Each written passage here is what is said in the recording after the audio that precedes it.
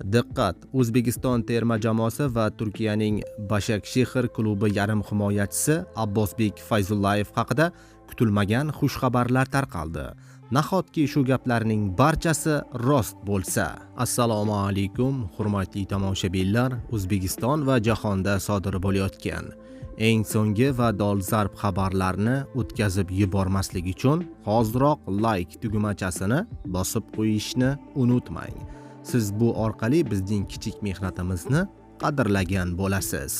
Diqqat qiling, Abbosbek Fayzullayev faoliyatini Fransiya chempionatida davom ettirishi mumkin. Bu haqida Radio Elver nashri xabar qildi. Fransiyaning Starburg klubi o'zbekistonlik futbolchining xizmatlariga qiziqib qolgan. 22 yoshli Fayzullayev xalqaro maydonda yetarlicha tajribaga ega. U O'zbekiston milliy terma jamoasi safida shu kungacha 35 ta o'yinni o'tkazgan va 9 ta gol urishga muvaffaq bo'lgan.